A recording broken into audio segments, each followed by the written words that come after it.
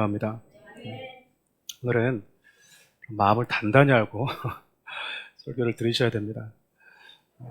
서두를 시작하기 전에도 제가 이런 말씀을 드린 이유는 예전에 제가 전도사 생활할 때 제 별명이 하나 있었는데 호통 전도사라는 별명이 있었어요. 저는 호통을 친 게 아닌데 성도들이 저를 그렇게 부르더라고요. 근데 제가 만약 전도사 시절했으면 오늘 메시지는 완전 호통입니다. 그런데 제가 이 말씀을 준비하면서 예전에 제가 설교했을 때 제 모습을 한번 생각해 봤어요. 그때 내가 어떻게 설교했지?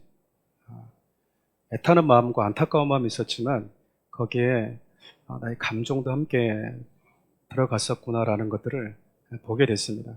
그래서 오늘 이 말씀을 제가 선택한 게 아니라 오늘 우리가 강해 설교로 오늘 순서의 본문이긴 한데 읽으면서 또 말씀을 준비하면서 하나님 제 안에 성도들 바라볼 때 안타까운 마음, 국률의 마음, 연약한 자들을 정죄하고 판단하는 것이 아니라 그 자리에서 잘 일어설 수 있는 그 마음을 가지고 설교하게 해달라고 일주일 내내 기도했습니다.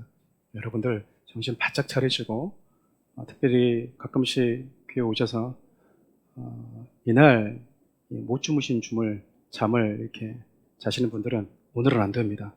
오늘은 안 됩니다. 우리를 향한 하나님의 의지라는 제목이에요. 우리가 살아가면서 참 많은 공동체들을 만납니다. 가장 가깝게는 가족 공동체, 여러분들 일하시는 직장 공동체를 시작으로 여러분들과 저와 함께 모인 이 교회라고 하는 공동체까지. 공동체가 주는 유익이 있다면 나 혼자 할 수 없는 것을 함께는 할 수 있다는 거죠. 아까 우리가 보았던 탄자니아 운야군피 FPC도 교회도 마찬가지로 우리가 혼자 하려고 하면 고민해야 되고 참 많은 고민과 생각을 해야 되는데 우리가 함께 하면 할 수 있거든요. 같이 짐을 주면 쉽다라는 것. 그것이 공동체가 우리에게 주는 유익이라고 생각이 됩니다. 특별히 교회는요. 예수 그리스도가 십자가에서 나의 죄를 위해서 죽으셨다. 그리고 그분이 우리에게 영원한 생명을 주시기 위해서 부활하셨다. 그 부활의 생명을 가진 자들을 우리 주님이 다시 데리러 오신다고 하는 십자가의 복음, 부활의 복음, 재림의 복음을 믿는 믿음의 공동체가 모인 곳이 바로 교회입니다. 데살로니가 교회 성도들 역시 예수 그리스도의 죽으심과 부활을 통해서 구원받은 이후에 예수 그리스도의 재림을 기다리고 있었어요. 물론 재림에 대해서 지난주에 우리가 살펴보았던 것처럼 몇 가지 오해가 있었던 건 사실이었습니다. 그럼에도 그들은 마라나타의 신앙을 가지고 있었어요. 그리고 그들은 예수 그리스도를 빛 가운데서 만날 준비를 하면서 살았던 자들이기도 합니다. 바울은 예수 그리스도의 재림을 기다리는 성도들에게 때와 시기에 집중하지 말고 말씀 가운데, 그 빛 가운데 거하는 삶을 사는데 집중하기를 원했어요. 오늘 말씀이 지난주 말씀과 연장선에 있는데 바울은 이렇게 주님의 재림의 날을 기다리는 교회 공동체 안에 있는 많은 지체들에게 서로 간에 어떤 관계를 가져야 되는지 그리고 우리 모두를 향한 하나님의 뜻과 그분의 의지는 무엇인지를 분명하게 가르쳐 주고 있습니다. 오늘 이 주제를 여러분과 함께 다뤄보려고 합니다. 교회 안에서 여러 관계가 존재하죠. 그 중에 리더십과 성도의 관계부터 한번 생각해 보려고 합니다. 첫째, 리더십은 성도들에게 수고를 아끼지 말아야 돼요. 우리 12절 3과절 함께 읽어볼까요? 형제들아 우리가 너에게 구하노니 너희 가운데서 수고하고 성경에 말하는 리더십은 수고하는 자입니다. 맡겨진 영혼들이 주 안에서 잘 성장해 갈 수 있도록 그리고 주님의 오심을 잘 준비하고 근신하고 깨어 있을 수 있도록 부지런히 지속적으로 수고하는 역할을 감당하는 자들이 바로 저를 포함한 모든 교회 리더십들의 역할인 거예요. 그래서 리더십은 성도와의 관계에 있어서 그들이 늘 깨어있는 신앙의 삶을 가질 수 있도록 주님이 다시 오신다라는 이 영적 인식을 가질 수 있도록 가르치고 도와야 되는 것이죠. 그래서 두 번째로 교회 리더십들에게 주어진 그 역할이 바로 지도하고 훈계하는 역할이라고 이야기를 하는 것입니다. 우리 11절 하반절도 함께 읽어볼까요? 주 안에서 너희를 다스리며 권하는 자들을 너희가 알고. 다스리고 권한다라는 의미는 군림한다라는 게 아니에요. 종종 제가 여러분들에게 이런 표현들을 썼는데, 교회에서 가장 높은 사람이 누굽니까? 네, 하나님을 제외하면 누굽니까? 가끔 담임 목사님이라고 생각하는 분들이 있어요. 네. 목사는 교회에서 가장 낮은 사람입니다. 네. 목사보다 그 위에 있는 분이 이제 장로님, 권사님들, 그 위에 있는 분들이 우리 집사님들, 그 위에 있는 분들이 성도님들, 그 위에 있는 분들이 초신자들. 가장 위에 있는 분 누구냐? 불신자입니다. 불신자 혹시 계시면 가장 많은 섬기를 받기 바랍니다. 우리가 잘못 알다 보면 이 유교적인 사상에 길들여 있다 보니까 이 직분이 감투라고 생각하는 경향이 있어요. 그래서 장로가 되고 목사가 되고 권사가 되면 성도들을 위해서 자꾸 뭔가 군림하려고 하는, 자꾸 선한 영향력이라는 것을 빙자해서 뭔가 영향력을 행사하려고 하는 경향이 있어요. 근데 여러분, 여기서 다스리고 권한다라는 것은요, 지도하고 훈계한다라는 뜻입니다. 이 모든 것들이 주 안에서 이루어져야 된다고 성경은 이야기를 해요. 다시 말하면 내 개인적인 감정이 아니라 분명한 하나님의 말씀이라는 그 기준을 가지고 성도들을 가르쳐 줘야 된다, 그 말이에요. 교회에서 말씀을 전하는 목회자가 성도들에게 분명한 말씀이라는 기준을 제시하지 않고 지도하지 않고 잘못된 길로 가고 있는 것이 뻔히 보임에도 불구하고 훈계하지 않는다, 그것을 망설이고 있다, 그것은 목회자인 저에게 직무유기와 같아요. 참 이게 쉽지 않음을 느낍니다. 제가 아까 서두 얘기했던 것처럼 왜 전도사 때는 그렇게 호통 전도사란 말을 들을 만큼 그렇게 거침없이 얘기했을까? 근데 지금 이게 좀 잘 안 될까 생각해 보니 전도사 때는 내 성도가 아닌 거예요. 어차피 나는 여기서 한 1년 사역하다가 2년 사역하다가 떠날 사람들인 거죠. 나와 만날 사람들이 아니다 보니까 들어라 너희들은 하면서 막 던졌던 것 같아요. 막상 담임 목사가 되고 나니까 성도들의 삶이 보이고 또 알게 되고 연약함을 알게 되다 보니까 여러분들이 목사님 저에게 한 설교죠 라고 말하지 않아도 혹시 이 설교가, 이 메시지가 그 성도에 그렇게 다가가진 않을까? 제가 가장 먼저 염려가 되더라고요. 그러다 보니 말씀을 분명히 지도해 줘야 되고 관계 속에서 지켜야 될 규칙과 질서를 말해 주어야 됨에도 불구하고 제가 망설이고는 저를 요즘에 자주 봅니다. 여러분, 제가 목사가 된 이유는 여러분과 개인적인 친분을 쌓기 위한 것이 아니에요. 저를 목회자로 부르신 분은 하나님이십니다. 때문에 저는 하나님의 마음에 드는 목회를 해야 됩니다. 제가 하나님의 마음에 드는 목회를 해야 되는 가장 중요한 이유는 그것이 저에게 맡겨진 성도들의 영적인 유익에 가장 좋은 길이기 때문에 그렇습니다. 제가 여러분들이 보기에 어떨지 모르겠지만 여러분들은 저희를 위해서 기도할 때 하나님의 마음에 맞는 목사가 되게 해주십시오, 기도해 주셔야 되는 거예요. 그것이 여러분들의 영혼에 가장 유익하기 때문에 그렇습니다. 때문에 목사들은 성도들이 어떤 믿음의 기준을 붙들어야 되는지, 그리고 오늘 데살로니가 교회 성도들이 처해져 있는 상황을 근거로 두자면 어떤 태도로 주님의 재림을 기다려야 되는지 가르쳐 줘야 되는 거예요. 또 성도들에게 하나님을 사랑해야 될 것과 그분의 말씀에 순종해야 될 것과 깨어서 그분의 나를 기다려야 할 것에 대해서 반복적으로 얘기해 주어야 되는 존재가 저와 리더십들의 역할이라는 겁니다. 가끔 우리 목사님은 강요하지 않아서 참 좋아. 우리 목사님은 헌금 얘기도 안 해. 너무 좋아. 우리 목사님은 예배 안 드리고 기도하지 않아도 간섭하지 않아. 여러분들이 기도 자리에 나오지 않는데 제가 문자를 보내지 않잖아요. 여러분, 저한테 여러분들이 뭐라 하셔야 돼요. 목사님, 제가 왜 예배를 안 나가는데 저한테 연락을 안 주세요? 목사님, 제가 기도 자리에 나오지 않았는데 왜 저한테 연락을 안 주세요? 여러분, 저한테 여러분들이 그렇게 말해야 된다고요, 원래는. 우리는 목사님이 관여하지 않아서 너무 좋다라는 거예요. 내가 하고 싶은 대로 할 수 있어서 참 좋아. 사랑하는 우리 교회는 언제든지 오고 싶을 때 오고 그냥 가고 싶을 때 갈 수 있어서 너무 좋아. 누구도 관광하는 사람이 없어. 건강한 교회 모습이 아니에요. 사랑하는 우리 교회 어느덧 2년 반이 지났습니다. 사랑하는 우리 교회 오신 성도님들이 많은 부분 심적으로 또 영적으로 지쳐 있다는 것을 제가 너무나 잘 알고 있었어요. 이 성도들에게 필요한 것은 1차적으로 쉼이라는 것도 알고 있었습니다. 그래서 여러분들에게 쉼을 주고 싶었습니다. 쉬어라고 그랬습니다. 근데 성도들이 오해하는 게 한 가지 있는 것 같아요. 저는 여러분들에게 사역을 쉬라고 했지 예배와 기도를 쉬라고 한 적은 한 번도 없습니다. 여러분들이 사역을 쉬라고 그랬지 여러분들에게 교회를 위해서 뭔가 하지 않아도 된다, 목회자를 위해서 뭔가 하지 않아도 된다 라고 얘기했지 예배와 기도를 쉬라고 한 적은 단 한 번도 없거든요. 근데 성도들 가운데 기도를 쉬고 예배도 가볍게 여기는 분들이 있는 것은 아닌지 염려가 되기도 해요. 또 주일에 교회에 와서 한 번에 예배를 드리고 말씀을 듣고 가는 것에 만족하는 분들도 있는 것 같아요. 이후 예배를 마치고 내 삶의 현장으로 돌아가면, 집으로 돌아가면 여러분 그 현실과 마주하게 될 때 우리가 살아내는 삶의 태도는요, 예수를 모르는 사람들과 별 다를 바가 없어요.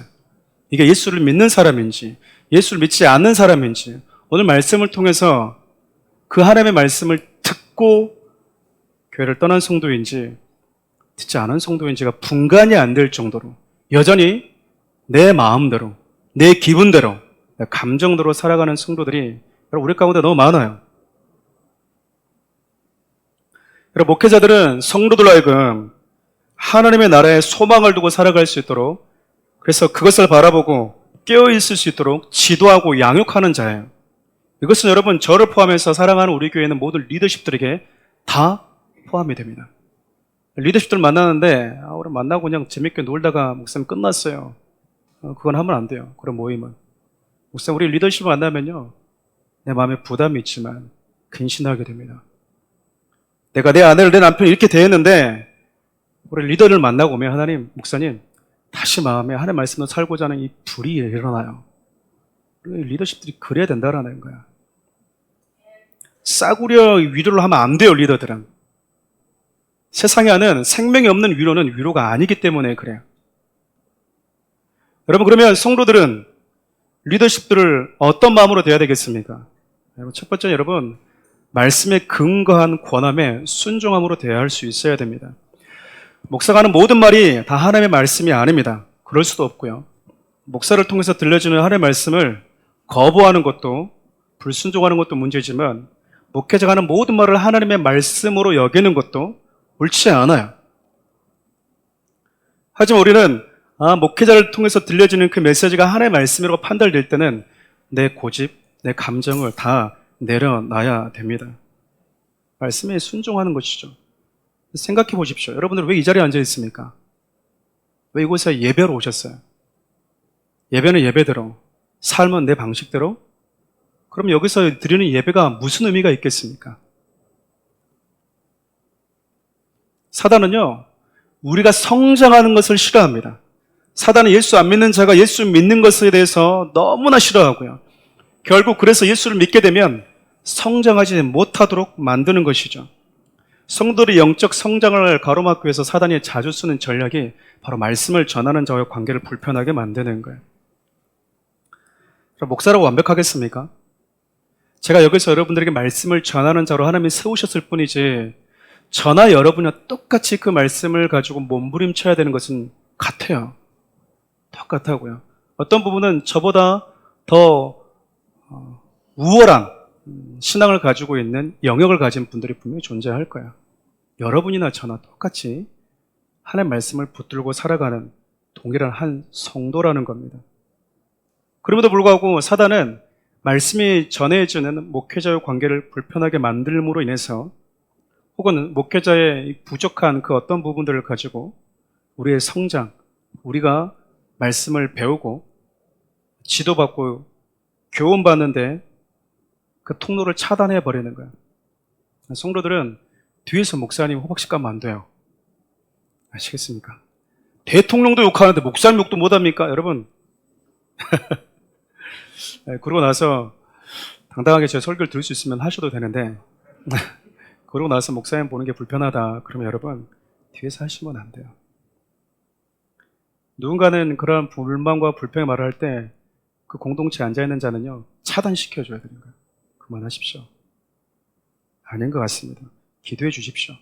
이렇게 우리가 가야 되는 거예요. 왜일까요? 사단이 그것을 통해서 저와 여러분들의 관계를 불편하게 만들고 성장을 가로막기 때문에 그렇습니다. 모임에 이런 얘기 종종 하는 거죠. 요즘 목사님 예전 같지가 않아. 많이 까칠하지 않아? 저는 따뜻한 사람인데, 그렇죠? 목사님이 좀 변질된 것 같지 않아? 처음에 참 순수했던 것 같은데 요즘은 참 먹는 거 좋아하는 것 같지, 비싼 거 좋아하는 것 같지. 예전에 우리 목사님 김밥 하나에도 감사하고 김치찌개도 감사했는데 요즘에 김치찌개도 안 먹어? 어? 국산밖에 안 먹어? 한우밖에 안 먹어? 네. 여러분들이 많이 그것이 여러분들의 성장에 도움이 된다면 평생 호주 산만 먹겠습니다. 뭐 먹는 건 어려운 거 아니니까. 별거 아닌 것들 가지고 우리 감정들의 충돌을 일으켜서 여러분 우리의 성장을 가로막아요. 보이지 않는 모든 영역 속에서 일어나는 사단의 관계를 우리가 너무나 무방비한 상태에서 당하고 있다는 거예요. 그래서 여러분 성도들이 교회를 떠날 때도 마찬가지예요. 소리 소문 없이 떠납니다. 너무 안타깝죠. 여러분 사랑하는 우리 교회는 그러시면 안 됩니다. 저와 여러분들 만날 때 저는 처음에 교회를 시작했을 때부터 이런 마음을 가지고 시작을 했습니다. 나에게 보낸 성도들과 함께 내 목회 끝날 때까지 갈 수도 있지만 어떤 성도는 어느 일정한 기간에 나에게 위탁한 성도도 있을 것이다 라는 마음을 가지고 여러분들을 대하고 있어요. 사랑하는 우리 교회에서 다른 교회를 가게 되면 우리가 셀러브레이션을 해주는 이유가 바로 그겁니다. 그가 하나님을 떠나지만 않는다면 다른 교회 가는 게 뭐가 문제겠습니까? 그렇지 않습니까? 그가 믿음을 저버리는 게 아닌데 거리 때문에 혹은 더 성장하고자 하는 열망 때문에 또 다른 곳에 떠날 때 우리는 환영해줘야 하고 셀러브레이션 해줘야 돼요. 그런데 헤어질 때는 언제 우리가 그렇게 존경했는지 사랑했는지가 무색할 정도로 정말 남남처럼 헤어집니다. 이게 여러분 저와 여러분들 뿐만 아니라 이 시대에 있는 교회들의 부끄러운 자화상이에요. 세상 사람들은 술 한잔 건네면서 잊어버려, 불편한 얼굴 내일 다시 볼 수 있는데 우리가 믿는 하나님은 성령의 취함이 소주 한 잔 못할 때가 많다라는 거예요. 여러분 성경은 믿는 자, 특별히 믿는 자들 안에서 말씀을 전하는 자와 말씀을 듣는 성도들과 관계에 대해서 참 많은 측면들을 할애해서 기록하고 있는데 그 중에 말씀을 전하는 자에 대한 말씀을 전하는 자를 어떻게 대하기를 원하시는지 하나만 한번 찾아보도록 하겠습니다. 히브리서 13장 17절입니다. 함께 읽어볼까요? 너희를 인도하는 자들에게 순종하고 복종하라. 그들은 너희 영혼을 위하여 경성하기를 자신들이 청산한 자인 것 같이 하느니라. 그들로 하여금 즐거움으로 이것을 하게 하고 근심으로 하게 하지 말라. 그렇지 않으면 너희에게 유익이 없느니라. 제가 연초가 되면 여러분들의 기도카드를 받습니다. 기도카드를 안 주신 분도 계시는데 새벽마다 또 제가 기억하면서 읽어가면서 기도를 하는데 저 자신에 대한 기도 제목이 몇 페이지에 있을까요? 제가 저를 위해서 교대에 대해서 기도해야 되잖아요. 앞쪽에 있을까요? 뒤쪽에 있을까요? 맨 뒤에 있습니다. 바쁠 때는 제 기도를 못합니다. 네. 여러분들의 기도가 더 소중하기 때문에 그래요. 하나님은 마지막 시대를 기다리는 성도들, 특별히 밤이 오기 전에 새벽에 가장 어둡듯 주님이 재림하시기 직전에 가장 어두운 사단이 자기 때가 얼마 남지 않았다는 것을 직감하고 성도들에 대한 믿음을 무너뜨리기 위해서 초공세를 펼칠 때가 온다는 걸 알고 있어요. 그렇기 때문에 더욱더 너희들이 서로 뭐 하라는 거야? 끈끈하게 화목한 관계를 유지해야 된다라고 당부를 하고 있는 겁니다. 그래서 여러분 말씀을 전하는 자와 성도의 관계는 늘 부드러워야 됩니다. 혹 실수한 부분이 있으면 저에게 얘기를 하십시오. 저는 여러분의 사과할 마음의 준비를 늘 하고 있습니다. 네. 성도들한테 무릎 꿇는 게 그렇게 어려운 것도 아닙니다. 실수한 부분이 있으면 얘기할 수 있어요. 그렇게 해서라도 하나님과 여러분과의 관계가, 말씀과의 관계가 가로막혀 있어서는 안 된다는 겁니다. 그렇다면 여러분 둘째, 성도된 자들은 리더십과는 물론이거니와 성도 사이에서 어떤 관계를 유지해야 될까요? 화목해야 된다라고 이야기하는데 이것은 목회자를 포함한 모든 성도들 사이에서 이루어져야 되는 것이죠.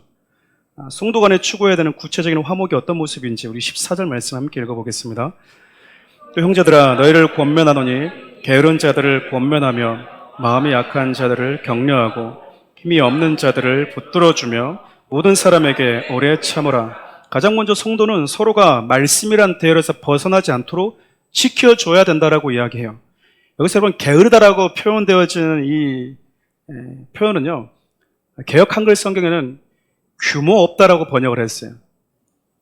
이 말은 군대에서 행렬하던 중에 그 대열에서 이탈하여 낙오된 병사를 가리킬 때 자주 사용된 표현이었습니다. 좀 더 그러니까 우리 식으로 얘기하자면 교회 공동체의 그 질서, 그 룰을 무시하고 자기 마음대로 행동하는 자들, 절제하지 않고 내 감정대로 내 욕심을 부리면서 게으른 자들을, 그들을 바로 규모 없는 자, 게으른 자들 이렇게 칭하고 있는 것이죠. 이런 자들 대할 때 성도들은 어떻게 대하라고 이야기한다고요? 믿음의 대열에서 종종 이탈하고는 그 자들을 어떻게 대해야 되냐고 이야기하냐면 권면해 주어라, 지켜 주어라 라고 이야기를 해요. 왜일까요? 이들이 믿음의 대열에서 이탈하는 이유가 무엇일까요? 마음이 약하고 힘이 없기 때문에 그렇습니다. 그럼 마음이 약하다, 힘이 없다 같은 의미겠죠. 겁이 많고 용기가 없다라는 거거든요. 심약하다라는 거예요. 마음이. 그리고 이런 자들은 환경과 상황에 아주 쉽게 흔들립니다. 좋은 환경이 오면 와 하나님이 함께 하셨다. 힘든 환경이 오면 하나님 왜 나한테, 이렇게 쉽게 우리가 흔들린다고요. 이런 자들 볼 때 하나님은 격려해 주어라. 그들이 믿음이 연약한 배우자이든 교회 안에 같은 지체들이든 우리는 서로의 연약함이 발견될 때 힘을, 용기를 북돋아 주어야 된다. 그것이 성경이 지금 이야기하고 있는 구체적인 화목하라고 하는 것의 내용이에요. 말씀드렸던 것처럼 사랑하는 우리 교회가 3년이 가까우고 있다는 것은요, 연애 시절이 거의 다 끝나간다는 의미 아니겠습니까? 영원히 허니문일 수는 없잖아요. 서로의 민낯을 보는 거죠. 서로의 민낯을. 아마 시간이 지날수록 우리 서로의 민낯을 더 많이 보게 될 겁니다. 보통 연애할 때 내 아내가 참 아름답다라고 해서 결혼을 하죠. 근데 연애할 때 아내는 풀 메이크업 상태거든요. 그런데 결혼하고 나면 집에서도 풀 메이크업 하고 있는 분들이 있습니까? 집에서 360을 풀 메이크업 하고 있으면 의심을 좀 해봐야 돼요. 의심을. 민낯을 보는 시간이라고요. 화장이 지워진 얼굴을 보는 시간. 그때 저와 여러분들에게 있는 사랑의 수준이 보이기 시작하는 거예요. 민낯을 보고 사랑할 수 있는 것. 왜일까요, 여러분? 저와 여러분들이 믿는 예수님은요, 상한 갈대를 꺾지 않았다, 꺼져가는 불도 끄지 않았다라고 이야기합니다. 우리 같으면 꺾고 새롭게 시작하고 꺼버리고 새롭게 시작하려고 하는 마음이 있잖아요. 연약한 자들 향해서 우리 주님은 끝까지 기다려주고 있다는 표현 아니겠습니까? 뿐만 아니라 예수님은 처음부터 자신의 팔자가 누구인지 알고 있었습니다. 십자가 앞에서 자신을 버리고 제자들이 다 떠나갈 것도 알고 있었어요. 처음부터 제자들의 민낯을 다 보고 사랑을 시작하신 거죠. 중간에 제자들의 민낯을 본 것이 아니라 부른 그 순간부터 그분은 저와 여러분들의 민낯을 다 알고 있었어요. 그러므로 우리 주님은 십자가 앞에서 겁먹고 도망갈 수밖에 없는 연약함을 가진 그 심약한 제자들에게요, 지속적으로 말씀을 가르쳐 줬고요. 어둠의 영에 떠나가는 생명의 그 현장에 그들을 참여시켰고요. 동고동락을 하셨습니다. 영혼들을 대하는 주님의 그 마음이 저와 여러분 모두에게 있어야 된다는 거 아니겠습니까? 근데 여러분, 성도 사이에 이러한 마음을 가지려면 사랑이 필요해요. 사랑이. 14절 하반절 볼까요? 모든 사람에게 오래 참으라라는 말씀이 있죠. 여러분, 사랑이 가진 대표적인 속성이 있는데 그것이 바로 오래 기다려주는 겁니다. 가끔씩 부부사를 만나면 자기는 아내를 사랑하고 남편을 사랑했다라고 이야기합니다. 뭘 근거로 얘기하는지를 모르겠어요. 성경은 오래 참고 있는 것을 사랑, 이렇게 얘기합니다. 상대에 대해서 오래 참고 있지 않다, 기다려주지 않는다, 막연한 기다림이 아니에요. 그가 믿음 안에서 힘을 다시 북돋아 용기를 가질 수 있도록 기다려주는 게 사랑이다라고 이야기를 합니다. 지금 하나님은 말씀이란 대열에서 이탈한 자들, 심약한 자들이 다시 믿음의 대열에 합류할 수 있도록 서로 오래 기다려 주어라라고 이야기를 하고 있는 거야. 사랑하는 우리 교회는 탁월한 엘리트들만 모인 곳이 아닙니다. 실수를 용납하지 않는 프로들이 모인 곳이 아니에요. 아마추어처럼 왜 그래? 그런 곳이 아니라고요. 여기는 심약한 자들, 힘든 자들 다 함께 공존하는 곳입니다. 여기서 사랑을 배우고 하나님이 예수님을 이 땅에 보내셨을 때 그분은 완벽한 자들과 함께 동역한 게 아니었어요. 실패하고 넘어지고 예루살렘 올라갈 때 내가 예수님 믿고 내가 예수님 때문에 한 자리 그냥 해야 되겠다라고 생각하는 그 사고를 가지고 있는 연약한 제자들과 사역을 하셨다니까요. 프로페셔널한 프로들이 모여서 연주하는 그 팀들처럼 사역하지 않았다라는 거예요. 교회 안에서부터 사랑을 배우지 못한다면 연약한 자들을 끌어안는 그 사랑을 배우는 곳이 교회 공동체인데 그런 자들에 대해서 대열에 이탈했어? 내가 너를 기다리면 어떡해? 너 안 기다리면 내가 벌써 저기 가 있을 건데. 하나님은 그걸 원치 않는다라는 거예요. 저와 여러분들이 넘어질 때마다 우리 주님은 늘 한결같이 여러분들을 바라보십니다. 근데 우리는 하나님은 나를 향해서 그렇게 한결같아야 되지만 그를 향해서는 한결같아야 된다고 생각하지 않아요. 그것이 저와 여러분들이 우리 주위에 있는 연약한 지체들을 대하는 모습 아니겠습니까?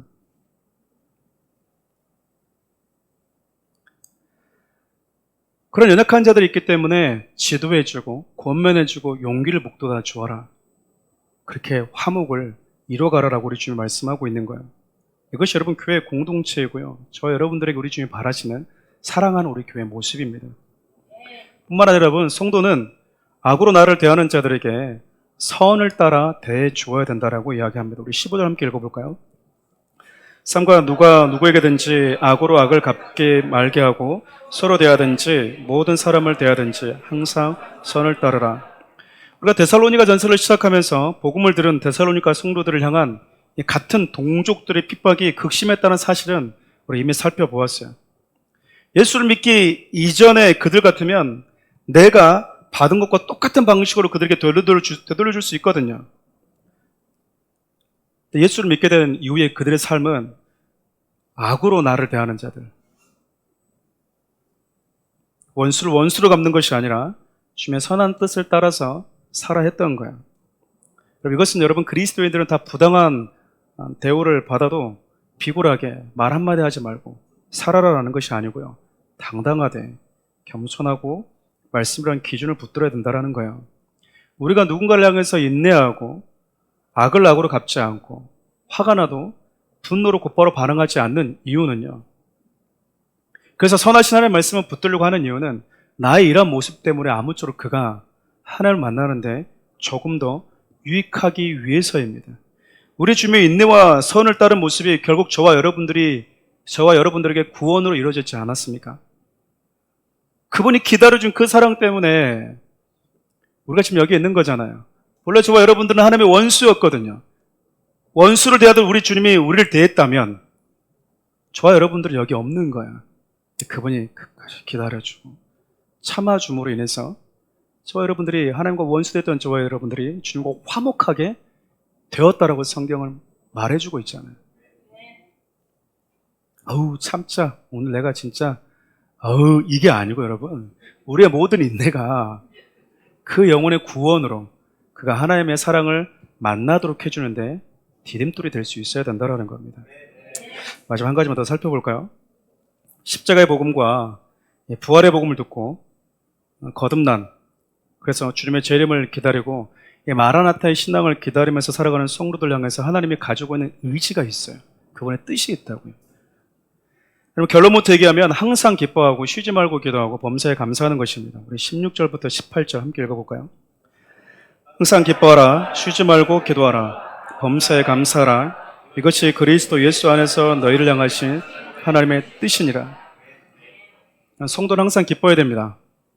이것은 그냥 얼굴 보면서 마냥 웃어라. 웃으면 복이 옵니다. 힘들어도 그냥 웃으세요, 여러분. 그러면 복이 옵니다. 하하하, 우리 크게 한번 웃어봅시다. 라는 게 아니에요, 여러분. 제가 예전에 이 말씀을 이렇게 읽다가 이게 무슨 의미지? 라고 제가 대학 때인가요? 그래서 이 영상 한번 쳐봤었는데, 제가 전도사 때였거든요. 근데 한 목사님이 이렇게 얘기하더라고요. 이 말씀을 이렇게 얘기하면서, 여러분, 서로 바라보십시오. 자, 크게 한번 웃읍시다.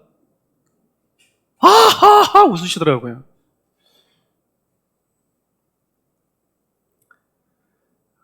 웃을 일 없어도 웃읍시다. 그게 여기서 말하는 기쁨이 아니에요, 여러분. 지금 데살로니가 교회 성도들은 기뻐할 수 있는 환경이 아니에요. 바울도 지금 죽음의 위협을 받고 도망 나와 있고요. 복음을 들은 모든 성도들이 지금 위기에 처해 있고 감옥에 들어가고 하는 그런 상황이 있죠. 내 외부적으로 참 어려운 상황이었습니다. 안에는 여러 거짓 선지자들이 재림에대해서 왜곡된 사고를 심었고 결코 기뻐할 수 없는 상황이에요. 바울이 그것을 모르겠습니까? 그럼에도 불구하고 바울이 기뻐해야 된다라고 말하는 이유는요, 참된 기쁨은 상황과 더 나은 환경에서 오는 것이 아니기 때문에 그래요. 예수님은 제자들에게 평안에 대해서, 평강에 대해서 자주 말씀하셨습니다. 진정한 기쁨과 평안은 세상에서 오는 게 아니에요. 예수 그리스도로부터 옵니다. 참 이 구절이 많은데 성경 몇 구절 한번 좀 찾아보죠. 신명기 33장 29절 상반절인데 함께 읽어볼까요? 이스라엘이여 너는 행복한 사람이로다. 여호와의 구원을 너같이 얻은 백성이 누구냐? 겉으로 보기에 여러분 이스라엘 백성들은 아무것도 없이 광야에서 말 그대로 산 거지떼처럼 살아가는 자들 아니겠습니까? 말이 좋아서 하나님의 백성이지, 하나님의 백성이 사는 세상적인 표현을 쓰면 그냥 이 몰골이 집 죽고 사는 애굽 사람만 못했다고요. 근데 지금 모세가 뭐라고 얘기하냐면 하나님의 구원을 경험하는 너희들, 하나님과 함께 살아가는 너희들은 진짜 행복한 사람이야. 집도 없고 농사지을 땅도 없고 목구멍이 포도청이라고 오늘 하루 먹고 또 내일 하늘 쳐다봐야 되는 그런 상황이 있잖아요. 모아둔 돈도 없는 그들 향해서 지금 모세가 염장지르기 위해서 그런 말 하는 게 아니잖아요. 그것이 사실이기 때문에 지금 모세가 얘기하는 거야. 시편 37편 4절도 읽어볼까요? 또 여호와를 기뻐하라. 그가 내 마음의 소원을 내게 이루어 주시리라. 참된 기쁨은 마음의 소원이 이루어지는 데서 오는 게 아니에요. 오히려 하나님을 기뻐할 때 마음의 소원은 따라온다라고 이야기합니다. 마음의 소원이 이루어지면 행복할 것 같은데 라고 생각하는 자들 향해서 시편 기자는요, 아니, 그것과 관계없이 우리의 기쁨은 하나님의 근원이다라고 선언하고 있는 거예요. 그러니까 모두가 잘 알고 있는 하박국의 고백 한 가지만 더 살펴볼까요? 하박국 3장 17절에서 18절입니다. 비록 무화과 나무가 무성하지 못하며 포도나무에 열매가 없으며 감람나무에 소출이 없으며 밭에 먹을 것이 없으며 우리의 양이 없으며 외양간에 소가 없을지라도 나는 여호와로 말미암아 즐거워하고 나의 구원의 하나님을 말미암아 기뻐하리로다. 이 말씀 보면 지금 하박국이 기뻐하고 있는 거 보이지 않습니까? 근데 여러분 하나하나 뜯어보면 아무것도 없는 절망적인 상황이에요. 창고에 저장해둔 열매도 없고요. 넘밭에 식물이 없습니다. 있어야 될 외양간에 소가 없어요.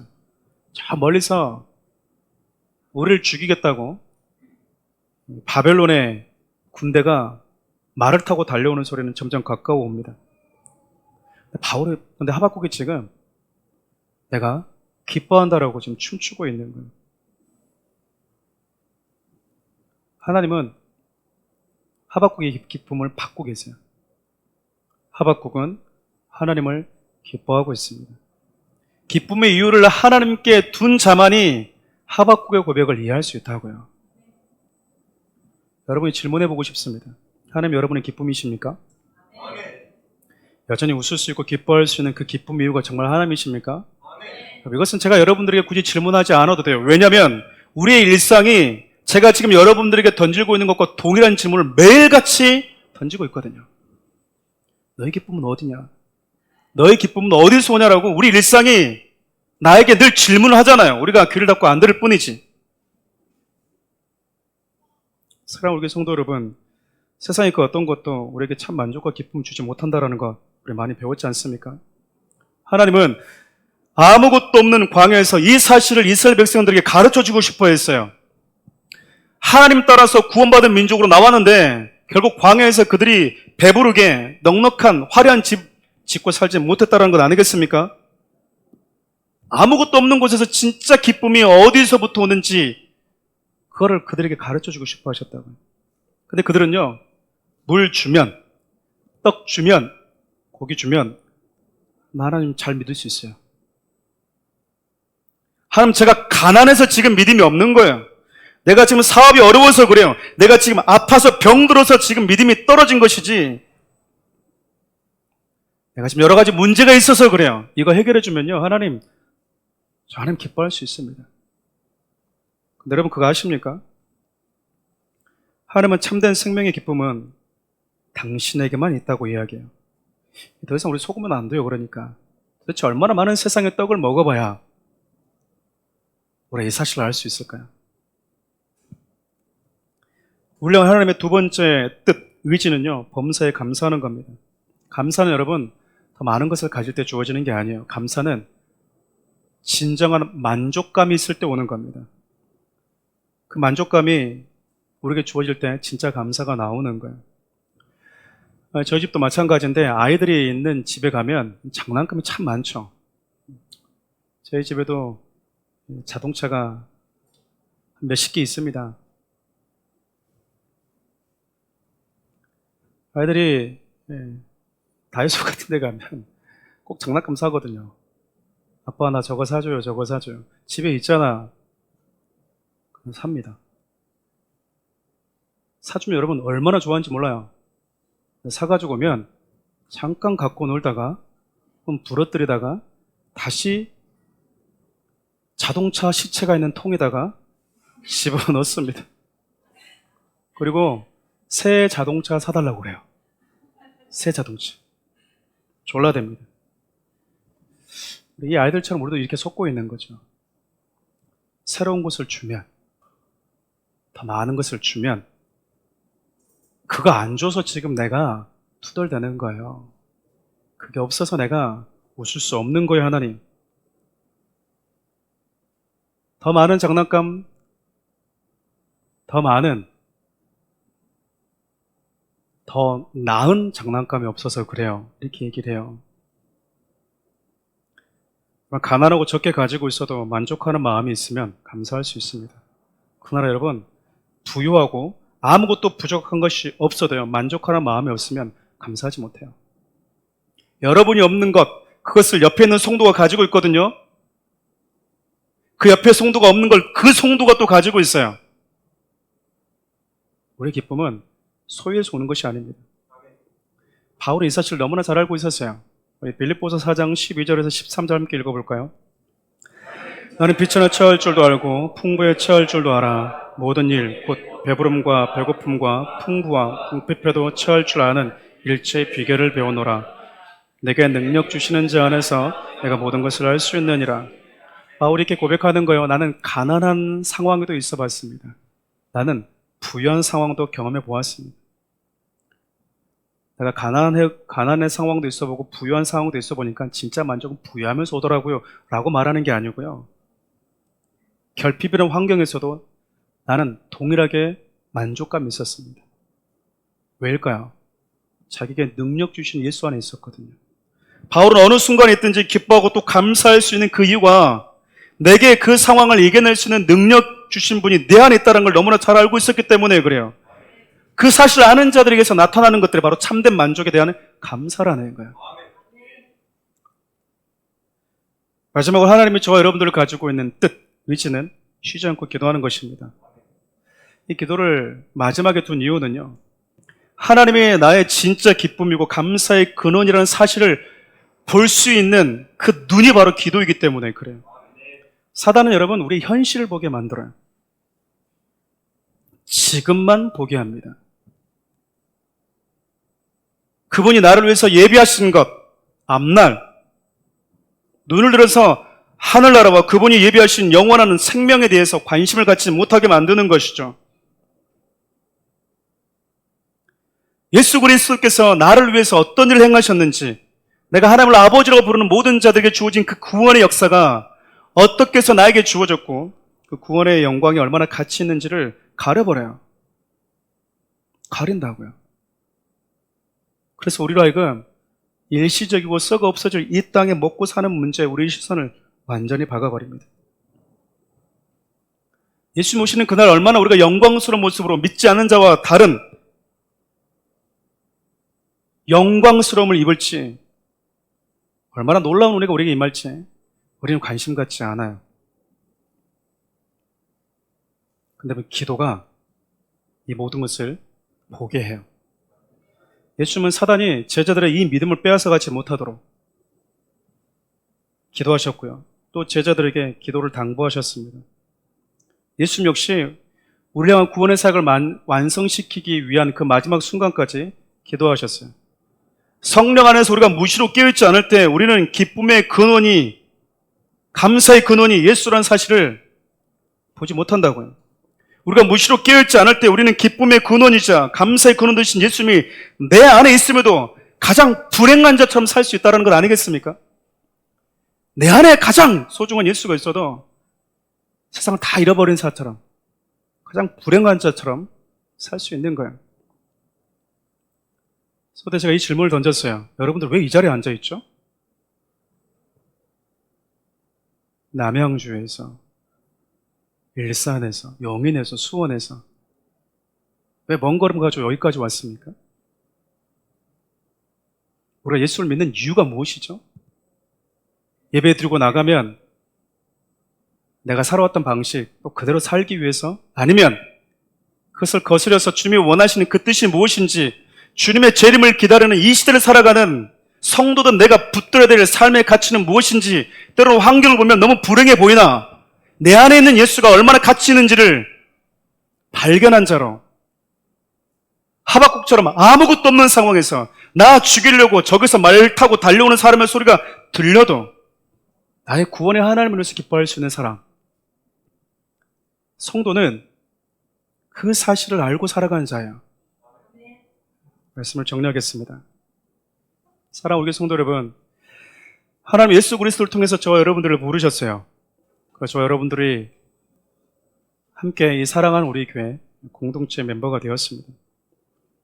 하나님은요, 예수 그리스도의 십자가를 통해 부활의 생명을 가진 저와 여러분들 향한 분명한 뜻, 영어에 여러분 이게 will 이렇게 되어 있어요. 의지라고 기록되어져 있습니다.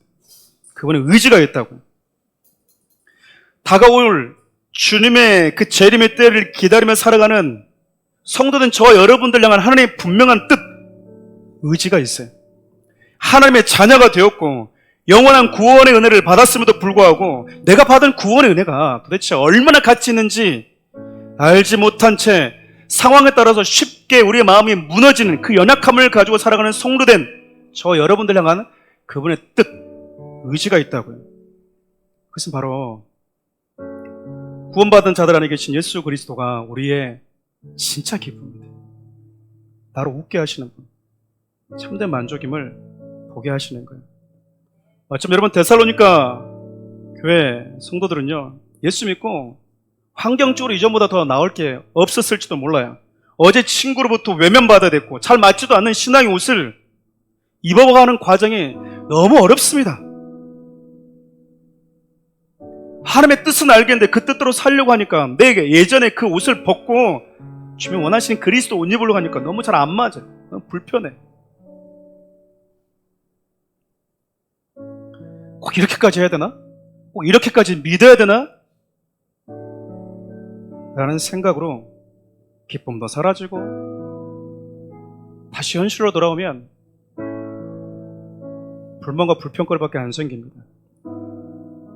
이때 바울이 지금 그 성도들 향해서 너희 안에 계신 예수가 진짜 행복이고 너희 안에 있는 예수가 진짜 기쁨이고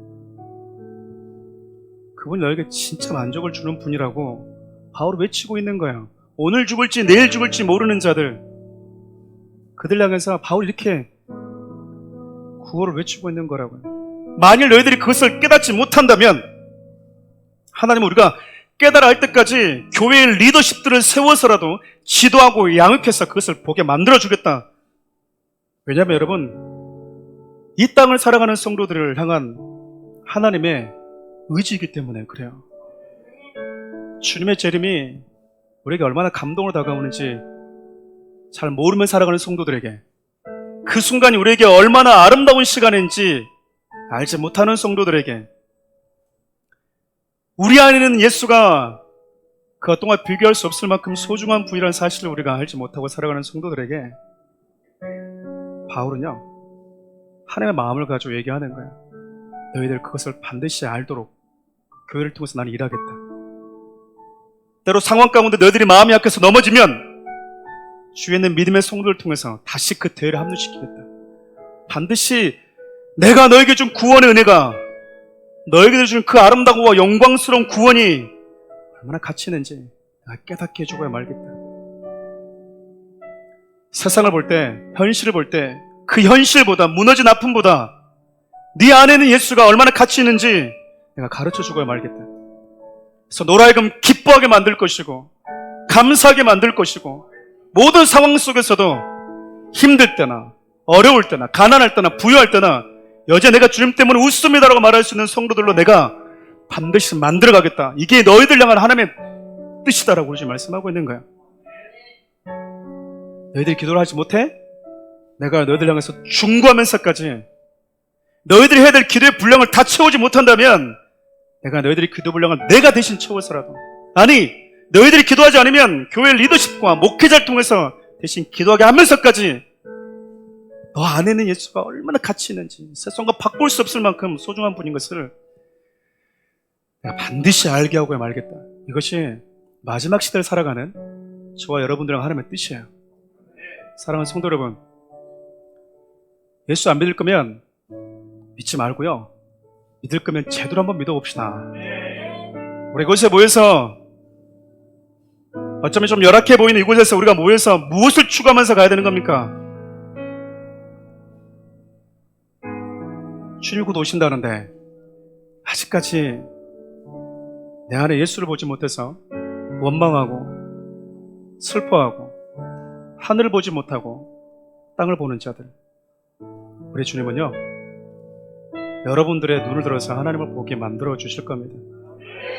우리의 마음 가지고 이 찬양을 주님께 올려드렸으면 좋겠습니다. 주님 곁으로 나를 이끄소서. 주님 곁으로 나를 이끄소서. 나를 이끄소서.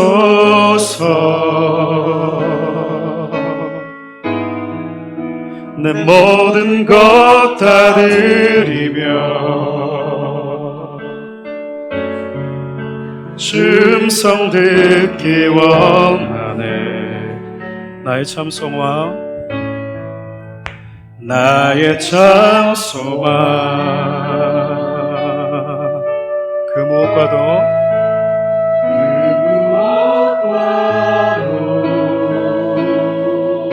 바꿀 수 없는 주 사랑, 바꿀 수 없는 주 사랑, 그 품 안에 난 길이 주님의 길로 인도하소서. 주님의 길로 인도하소서. 주님만이,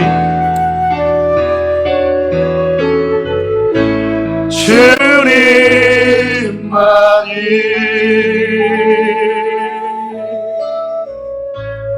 내 모든 것 되시니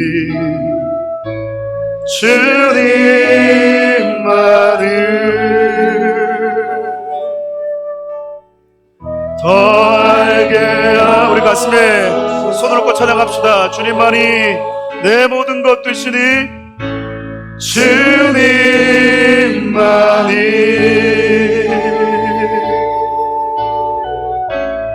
내 모든